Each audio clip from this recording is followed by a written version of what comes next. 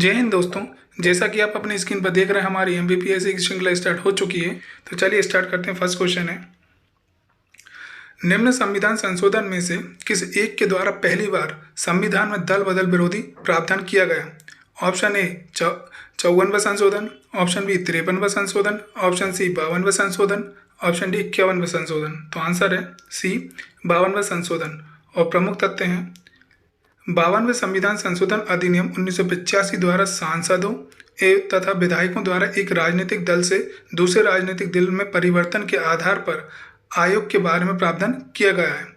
तो दोस्तों, इससे जुड़े हुए कुछ और प्रमुख तथ्य हैं जो मैं आपको बता देता हूं। आप चाहें तो नोट डाउन कर सकते हैं, जो कि एग्जाम के पॉइंट ऑफ व्यू से काफ़ी इंपॉर्टेंट हो सकते हैं। तो वे इस प्रकार हैं कि किसी व्यक्ति को संसद की सदस्यता के अयोग्य ठहराया जा सकता है अगर उसे 10वीं अनुसूची के नियम के अनुसार दल बदल का दोषी पाया गया हो।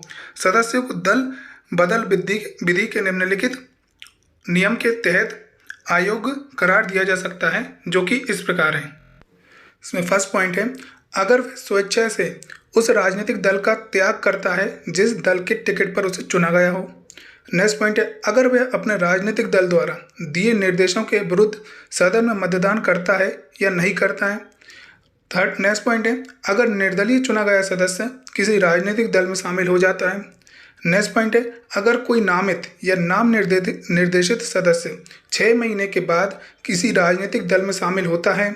नेक्स्ट पॉइंट है, 10वीं अनुसूची के तहत अयोग्यता के सवालों का निपटारा राज्यसभा में सभापति व लोकसभा में अध्यक्ष करता है, ना कि भारत का राष्ट्रपति, याद रखिएगा। और 1992 उच्चतम न्यायालय ने निर्णय दिया कि सभापति और अध्यक्ष के निर्णय की न्यायिक समीक्षा की जा सकती है। तो दोस्तों, ये कुछ तथ्य थे जो मैंने आपको बता दिए हैं। चलिए अब नेक्स्ट क्वेश्चन की तरफ बढ़ते हैं।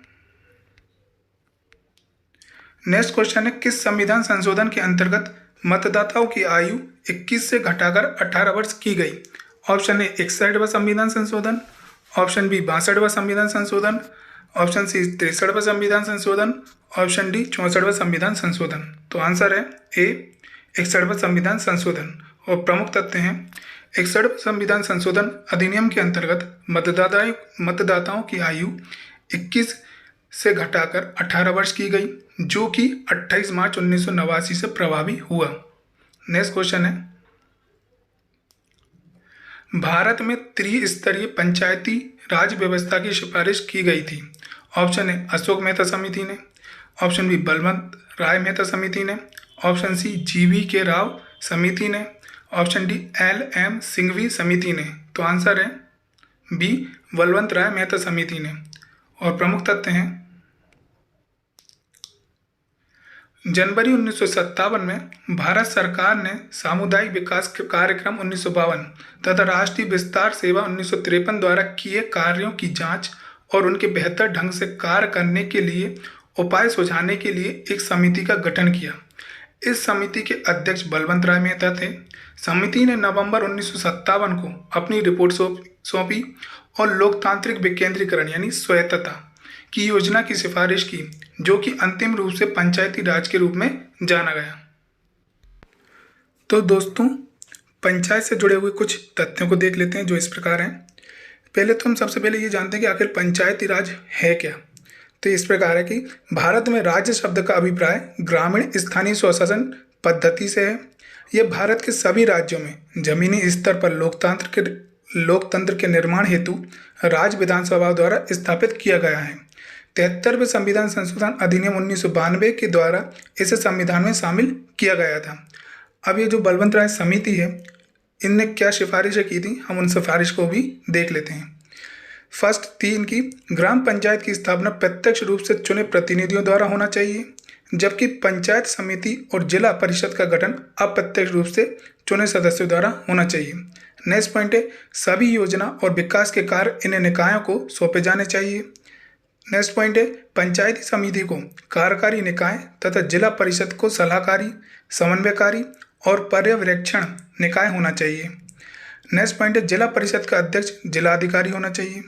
नेक्स्ट पॉइंट है, इन लोकतांत्रिक निकायों में शक्ति तथा उत्तरदायित्व का वास्तविक स्थानांतरण होना चाहिए।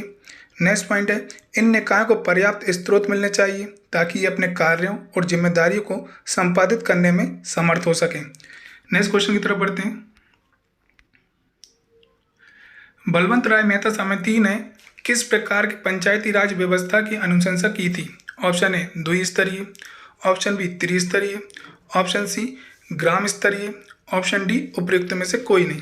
तो आंसर है बी त्रिस्तरीय। और प्रमुख तथ्य हैं, बलवंत राय मेहता समिति ने त्रिस्तरीय पंचायती राज व्यवस्था की अनुशंसा की थी, जिसमें गांव स्तर पर ग्राम पंचायत, ब्लॉक स्तर पर पंचायत समिति और जिला स्तर पर जिला परिषद, ये तीनों स्तर आपस में अप्रत्यक्ष चुनाव द्वारा गठन जुड़े होने चाहिए, ऐसा कहा गया था। नेक्स्ट पॉइंट है, नेक्स्ट क्वेश्चन है, 73वें संविधान संशोधन का अभिपालन करने वाला पहला राज्य है? Option A Madhya Pradesh, option B Punjab, option C Andhra Pradesh, option D Rajasthan. तो आंसर है ए मध्य प्रदेश। और प्रमुख तथ्य हैं, मध्य प्रदेश पहला राज्य है जिसने 73वें संविधान संशोधन अधिनियम 1992 का अभिपालन किया। इस संशोधन के लागू होने के बाद वर्ष 1994 में मध्य प्रदेश में चुनाव आयोजित किया गया। नेक्स्ट क्वेश्चन है, संयुक्त राष्ट्र संघ में हिंदी में भाषण देने वाले निम्न में से पहले व्यक्ति कौन रहे? Option A Swami Vivekananda, option B Lal Bahadur Shastri, option C Atal Bihari Vajpayee, option D उपयुक्त में से कोई नहीं। तो आंसर है सी अटल बिहारी वाजपेयी। और प्रमुख तथ्य हैं, संयुक्त राष्ट्र संघ में हिंदी में भाषण देने वाले पहले व्यक्ति तत्कालीन विदेशी मंत्री अटल बिहारी वाजपेयी थे। इन्होंने 2000 में प्रधानमंत्री के रूप में भी इस सत्र को हिंदी में संबोधित किया था। नेक्स्ट क्वेश्चन है, universal declaration of human rights में कुल कितने अनुच्छेद हैं? Option A 29, option B 28, option C 30, option D 32। तो आंसर है सी यानी 30। और प्रमुख तथ्य हैं, universal declaration of human rights अर्थात मानव अधिकारों की अंतर्राष्ट्रीय घोषणा में कुल 30 अनुच्छेद हैं। नेक्स्ट क्वेश्चन की तरफ बढ़ते हैं, वैज्ञानिक समाजवाद का श्रेय जाता है? ऑप्शन ए कार्ल मार्क्स को, ऑप्शन बी एडम स्मिथ को, ऑप्शन सी जे.एम. किन्स को, ऑप्शन डी थॉमस मन को। तो आंसर है ए कार्ल मार्क्स को। और प्रमुख तथ्य हैं, कार्ल मार्क्स को वैज्ञानिक समाजवाद का श्रेय जाता है। इन्होंने समाजवाद को वैज्ञानिक आधार प्रदान किया और साथ ही इन्हें साम्यवाद का भी जनक कहा जाता है, याद रखिएगा। नेक्स्ट क्वेश्चन है, सिविल अधिकार संरक्षण अधिनियम 1955 की निम्नलिखित में से किस धारा के अंतर्गत कंपनियों द्वारा अपराध का उपबंध किया गया? ऑप्शन ए धारा 10, ऑप्शन बी धारा 12, ऑप्शन सी धारा 14, ऑप्शन डी धारा 16। तो आंसर है सी धारा 14।